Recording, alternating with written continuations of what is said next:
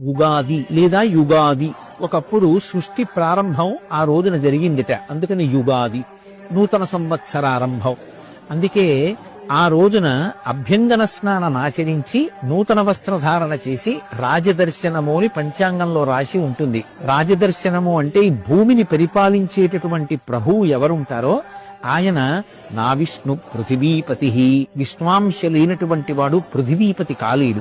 ఇప్పుడు మనం రాజదర్శనం చెయ్యాలి అంటే తేలిక మార్గం, రాజులకు రాజు పరమేశ్వరుడు, రాజశేఖరుడైన. అందుకే రాజన్మత్తమరాళమందగమనాం రాజీవ పత్రేక్షణాం రాజీవ ప్రభవాది దేవ ముకుటై రజత్పదాంబోరుహాం రాజీవాయత పత్రమండిత కుచాం రాజాధిరాజేశ్వరీం శ్రీశైల స్థలవాసినీం భగవతీం శ్రీమాతరం భావయే అంటారు.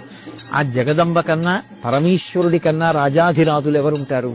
అందుకే చక్కగా ఆ రోజున శివాలయానికి వెళ్లి మనం పార్వతీ పరమేశ్వరుల యొక్క దర్శనం చెయ్యాలి.